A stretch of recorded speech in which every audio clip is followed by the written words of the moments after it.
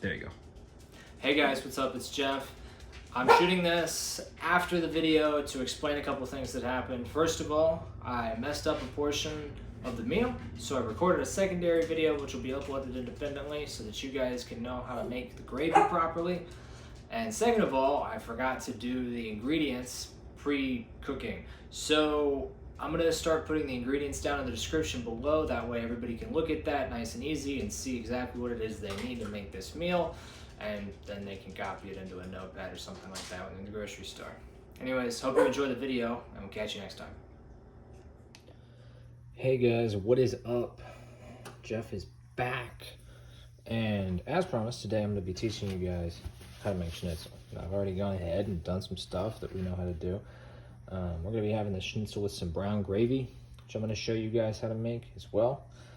But the first thing is we've got these thin cut pork chops here, and we want to just get rid of this fat around the edge because it's not necessary. Okay. And it's going to be a huge pain in my ass right away.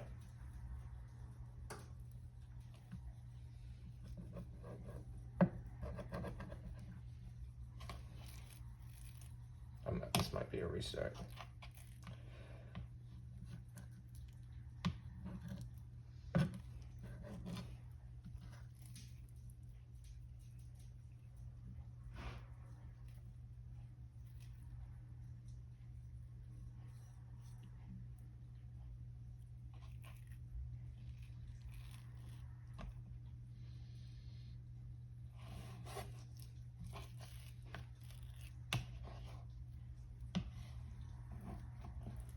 Okay.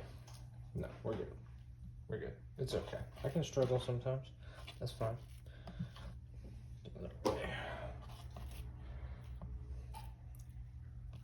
It is all good. I'm human too. I'm still mastering the technique and everything.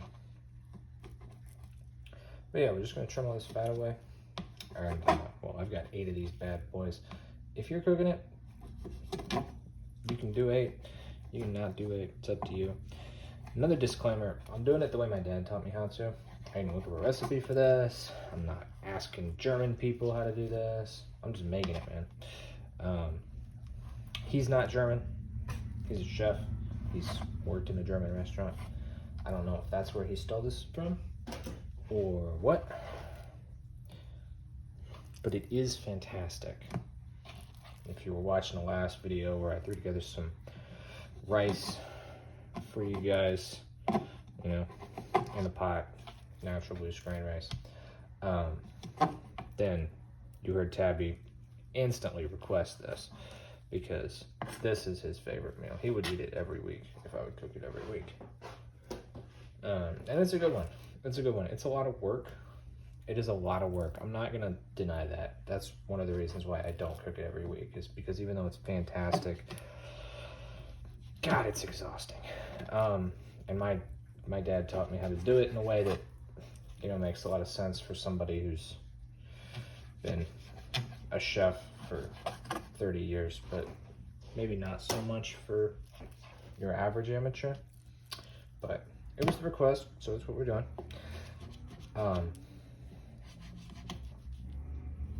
That said, we're going to be cooking with a lot of pork here in the near future because pork is like less than $6 a pound.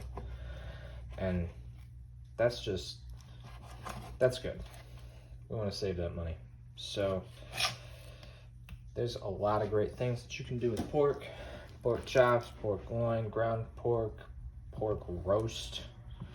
I've got an awesome crock pot recipe that I may do just as a little bonus because I've got a huge ass pork loin out there, or pork roast, I think.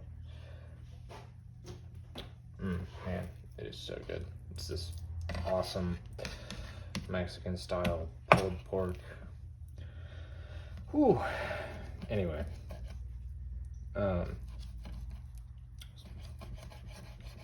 something interesting about today is that we're not actually seasoning our pork. You don't have to. I might throw some salt on it, but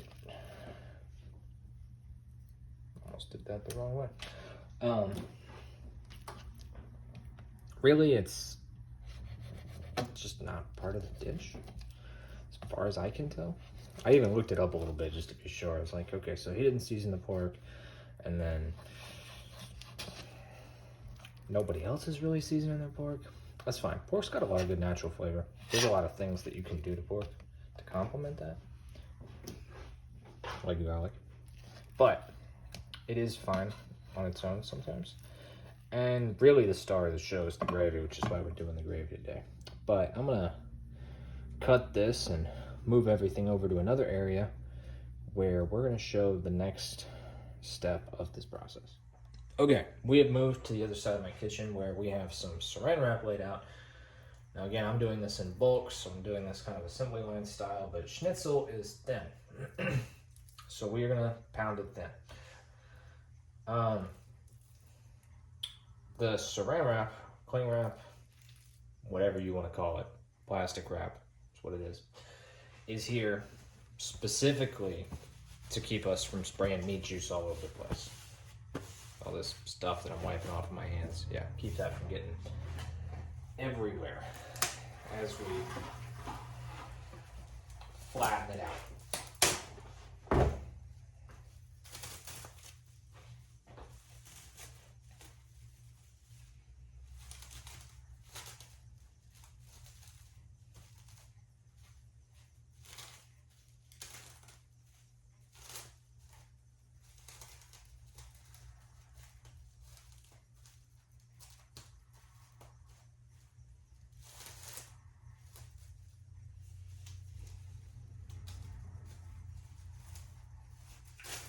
This step is not necessary, but I do it anyway. And I do it on a large scale because I don't want to have to do it 8 times. Now remember, plastic wrap is made and designed to stick to itself. And it will do that even when you don't want it to. It's also hard to see. Come here.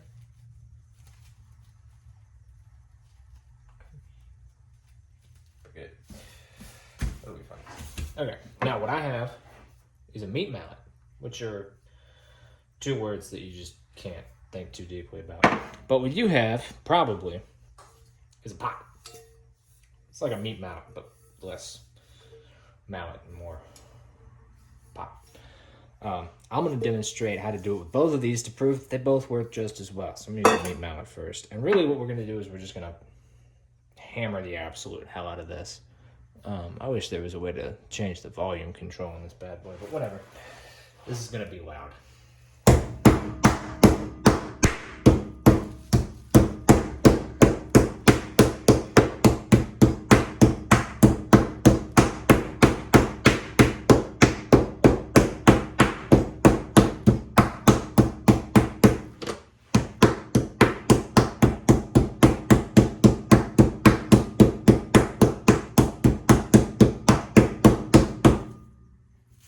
Boom. 1 flat pork chop. Pot time.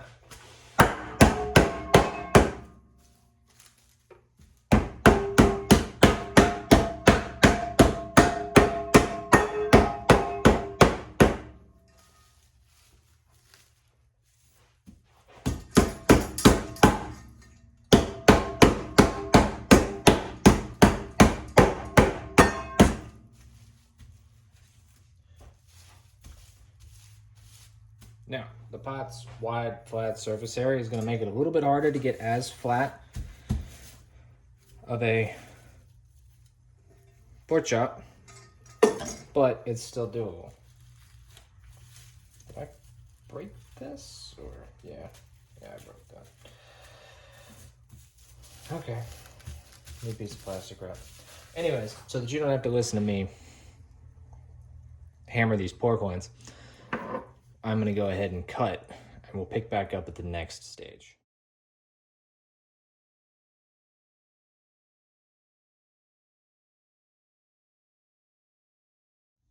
Okay, this next phase is the phase that gets me every time. But I'm gonna do it this way. There's a lot of ways to fry stuff. There's a lot of ways to bread stuff. This is the way that I was shown to do the schnitzel, and that's panko breadcrumbs. Just plain panko breadcrumbs. And God, it gives us this fantastic crunchiness. Not even crispiness, but like actual straight up crunchiness that you don't really get from anything else I've experienced. But the process is not very fun. I'm not gonna lie about that.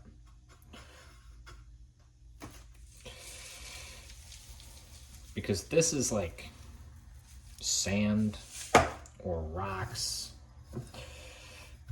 and you kind of have to press it in because we're not dredging it with anything. You know, we're not like dipping this in egg and then dipping it in the breadcrumbs. No, this is getting compressed in.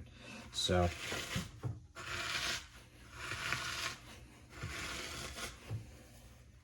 you do a front side.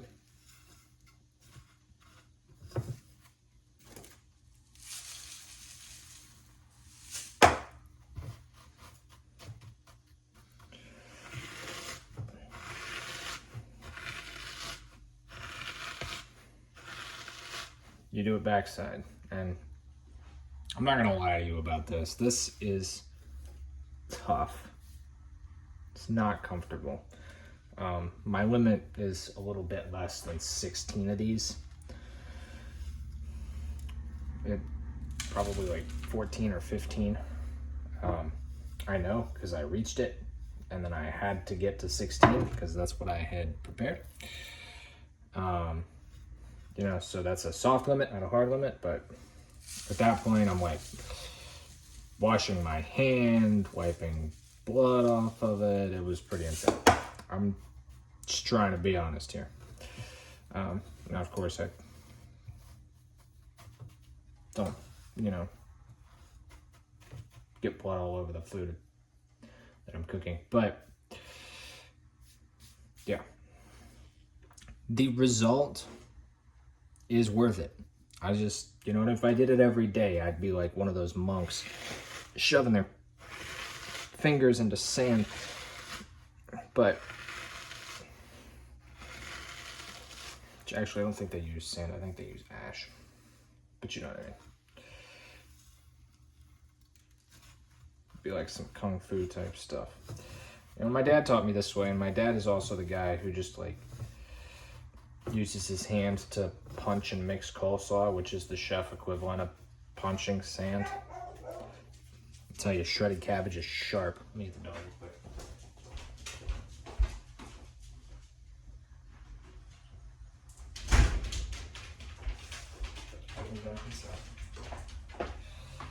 So anyways, he's got those kind of hands that just don't care.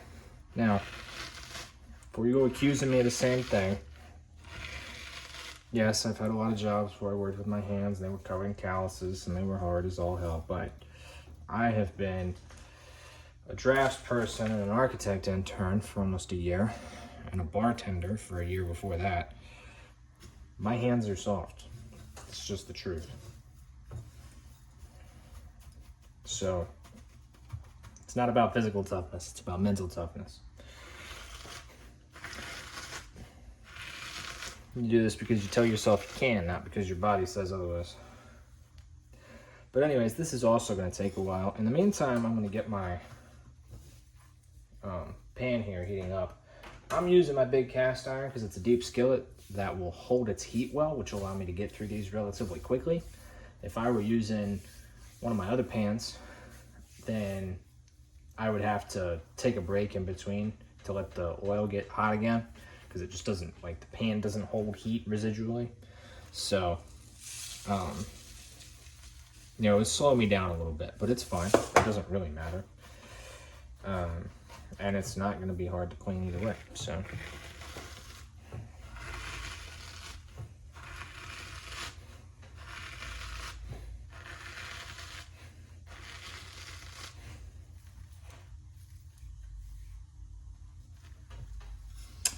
But yeah, I got that heating up, and I'm gonna go ahead and cut right here so that we can pick back up the actual fry. Okay. Should have set my camera back up before I got back into it. Now, for this last schnitzel, the one here on top, I used a pot to press the breadcrumbs instead of my hands, just to see if it's similarly effective. As you'll also notice, I've got some onions cooking on the back that's gonna turn into gravy.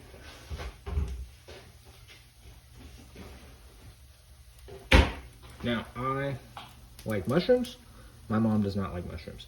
If you're gonna do mushrooms, do the mushrooms before the onions and cook them until you think they're done, and then add the onions. And continue cooking it all together, because mushrooms, the biggest thing with them is that they're just not cooked long enough.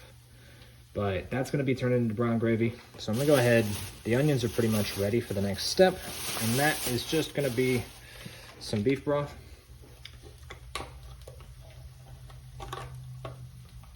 And then, oop, spillage.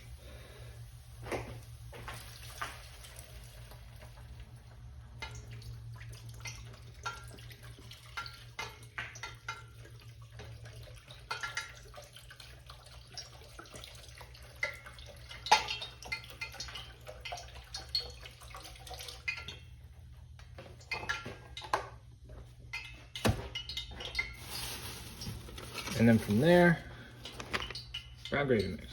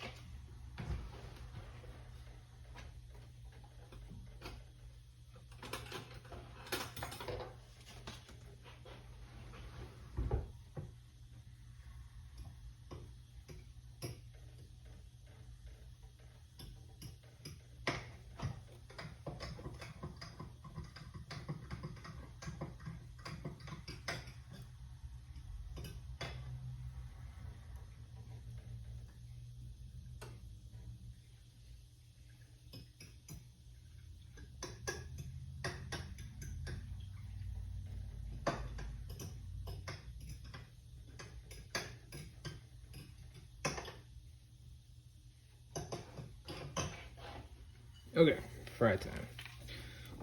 And this was the one that we used the pot.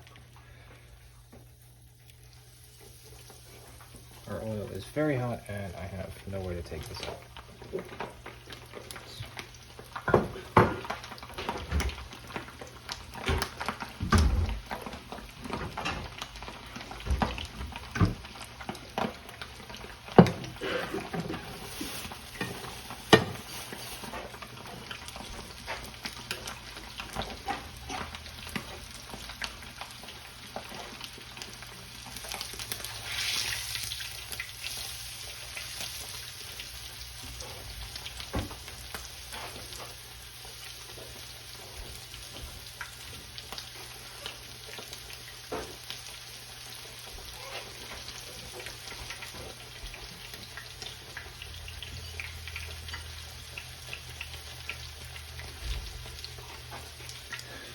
Now in the background here, the gravy, I'm going to bring it to a boil, then we're going to reduce it to a simmer. So I need to up the heat a little bit.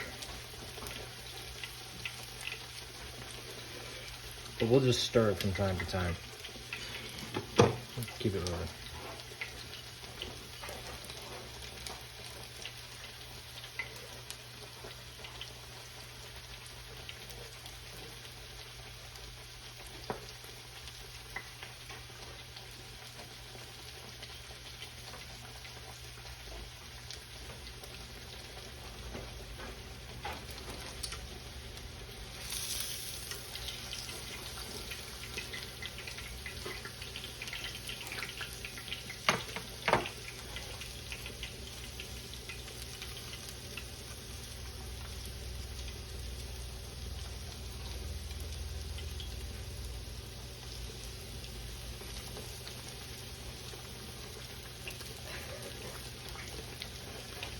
Now our oil is on medium-high, and that's giving us some nice color here.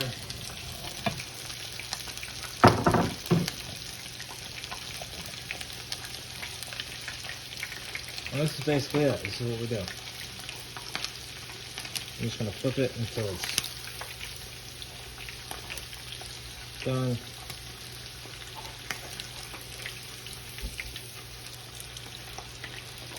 This one went straight into the super hot oil. It didn't get cooled off, so it got hit harder. It could have worked. It's going to get a darker color a lot faster. But regardless, it takes almost no time to cook because it's super, super, super thin. So you just flip it until it looks good on the outside, and then you know it's done. Which this one is just about there. Flip it like that. This one is going to get flipped significantly more times. Keeps it nice and flat, and well, we're just looking for that color. But it's going to be in here longer is really what it comes down to.